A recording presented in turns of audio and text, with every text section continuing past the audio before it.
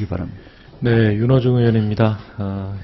이 세 번째 마지막 질의를 하는데요. 그럼에도 불구하고 아무튼 우리 그 부총리 후보자에 대한 걱정은 많습니다. 그 한국경제신문에서 근무를 하셨죠? 네. 네. 한국경제신문의 사주라고 해야 될까요? 주인은 누굽니까? 여러 출자 기업이죠. 네, 이 전경련 회원사에서 출자한 것이죠. 네, 뭐 회원사가 전부인지 아닌지 모르겠습니다만 하여튼 대기업들이 많이 하고 그렇습니다. 있는 걸로 알고 있습니다. 예. 전경련 회원사, 지금 전경련 회원사는 아니겠지만 설립 당시에 그래서 그런지 우리 그 부총리 후보자의 답변하시는 내용이나 이런 것들을 보면 대단히 대기업 프렌들리합니다. 결국 이것이 최경환 후보자가 앞으로 경제정책을 풀어나가는데 가장 큰 이 걱정거리가 돼서 국민들에게 이 근심을 주지 않을까 하는 그런 생각을 하는데요. 그 경제정책은 이데올로기가 아니지 않습니까? 그죠? 무슨 뭐 이념에 따라서 경제정책이 이것은 어느 쪽 정책이고 저것은 어느 쪽 정책이고 이런 것은 아니잖아요.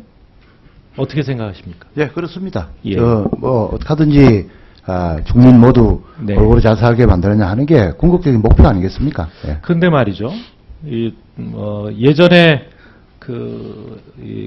각 언론이나 이런 데 나와서 말씀하신 내용들을 보니까 서유럽 OECD 국가는 시장 경제 국가가 아니기 때문에 뭐 이런 미국이나 멕시코나 일본 이런 나라들하고 우리가 비교를 해야 된다.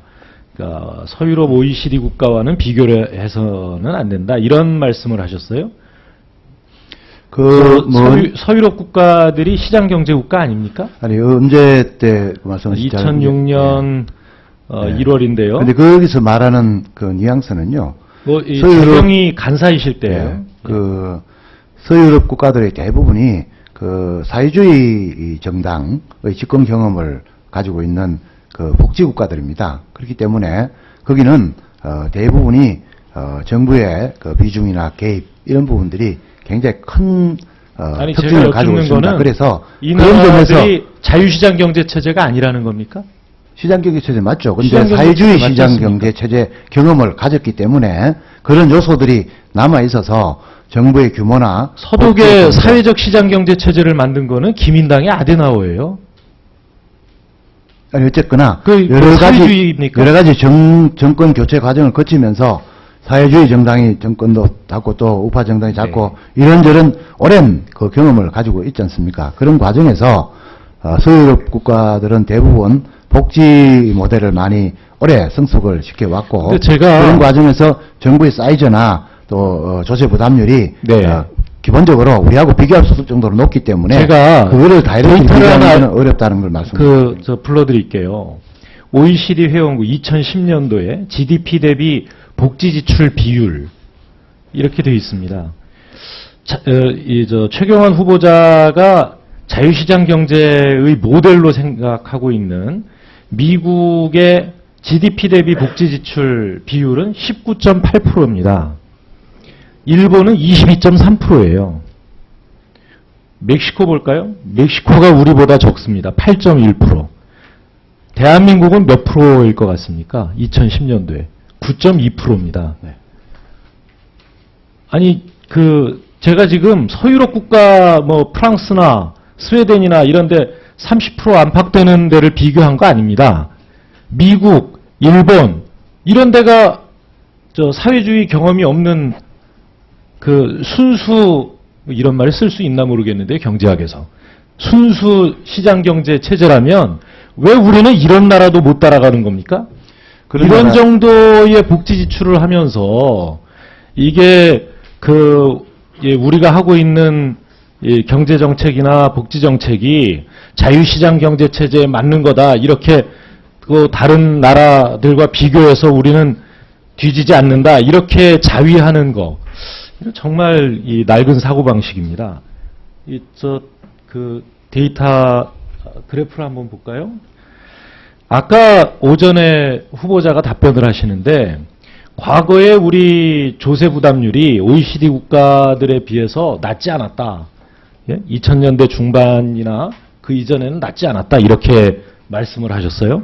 그래서 제가 찾아보니까 OECD 국가 평균에 한국의 조세 부담률은 일관되게 낮습니다. 그것도 한 6, 7% 정도 떨어지고 있어요. 이게 서유럽 국가 얘기하는 게 아닙니다. OECD 평균이에요. 저기는 북중미 나라도 있고 동유럽도 있습니다. 또 그 다음에 국민 부담률이라는 게 있어요. 이게 사회보험료라든가 이런 걸 포함해서 국민 부담률은 혹시 달랐던 적이 있는가? 이렇게 따져보니까 역시 마찬가지입니다. 역시 마찬가지로 우리는 낮아요. 그런데 어떻게 그 조세 부담률이 우리가 낮지 않다 이런 생각을 하실 수가 있죠? 지금도 그 생각 갖고 계십니까? 의원님, 다른 나라하고 비교하는 과정에서는 보면은 이 복지의 성숙 정도, 우리는 지금 복지 시스템을 지금 갖춰 나가기 시작한 지가 불과 얼마 안 되는 이런 나라 아니겠습니까? 이게 저절로 성숙이 되면은 저절로 늘어나려 돼 있습니다.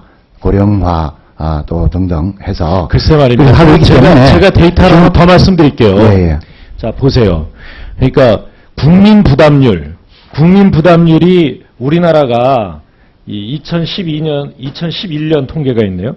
25.9%인데 미국, 일본이 우리하고 크게 조금만 더 주세요. 미국이 24% 국민 부담률입니다. 24%예요. 일본이 28.6%예요. 불과 2.5% 정도밖에 차이가 안 납니다. 그런데 어떻게 복지 지출 비율은 10% 이상 차이가 납니까? 이런 시스템을 가지고 있으니까. 그래서 지금 복지가 모자라기 때문에 지금 1년에 14%, 15% 복지를 늘려가고 있지 않습니까? 그래서 또 이런 부분도 앞으로 복지가 성숙되면 점점 늘어나는 부분이기 때문에 하는 것이고, 또 제가 아까 말씀을 올렸습니다만은 솔직히 재정 형편이 되면은 저는 복지는 많을수록 좋다고 생각하는 사람입니다. 그런데 지금 아시는 대로 그렇게 하고도 지금 재정이 계속해서 지금 적자 상태에 있지 않습니까? 그래서 재정 적자 상태임에도 불구하고, 그리고 작년에 이어서 올해도 세수 결손이 10조 정도 예상되는 이런 상황임에도 불구하고 후보자께서는 시종일관 그럼에도 불구하고 증세는 안 된다 이렇게 이야기하고 계시지 않습니까? 그러나 세금 감면제도 감면제도 손질해 가지고 15조 정도 만들겠다. 18조인가요? 실제로 성과는 3분의 1도 안 되지 않습니까? 대단히 어려운 과제라고 봅니다만은 저희들은 달성 가능한 그런 계획을 가지고 추진을 하겠다는 말씀을 드리고, 기본적으로 정부가 저는 정부를 운영하는 그 기본 자세는 가능하면은 국민들한테 세금은 적게 걷으니 좋지 않겠습니까? 세금 많이 걷으면 정부가 유능한 정부라고 볼 수는 없지 않겠습니까? 그래서 적정한 세금을 걷어서 또 적정한 복지를 또 지자체장한테 해드리고, 이거의 목표가 돼야 되지 않겠나 하는 말씀을 드립니다.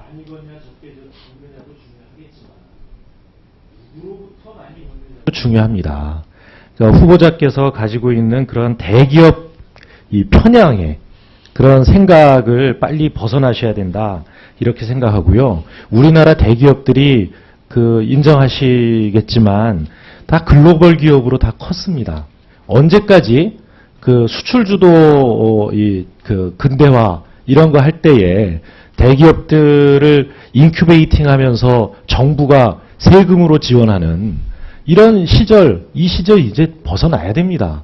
중소기업에 대한 지원을 늘리고 대기업에 대한 지원, 조세 지출 과감하게 줄여야 됩니다. 아니요, 아예 어떻게 보면 대기업에 대해서는 스스로 판단해서 투자하고 R&D도 하도록 그렇게 해 나가고 오히려 정부가 그 집중해야 될 것은 중소기업과 복지 지출 여기에 집중해야 된다 이렇게 생각합니다. 예. 동의하시죠? 예, 저는 그 의원님이 저를 대기업 편향주의라고 말씀하셨는데 전혀 그 점에 동의할 수는 없고요. 그러나 그 기업 경쟁력도 강화를 하면서 또 지금 말씀하신 대로 대기업은 사실은 규제 간섭을 없애주고 마음껏 기업 활동할 수 있도록 하는 그런 쪽에 포커스가 맞춰졌으면 한다는 그런 생각을 가지고 있고요. 다만 중소기업, 소상공인, 자영업 이런 쪽은 취약하기 때문에 정부가 그런 쪽에 관심을 많이 기울여야 된다 이런 생각을 가지고 있습니다.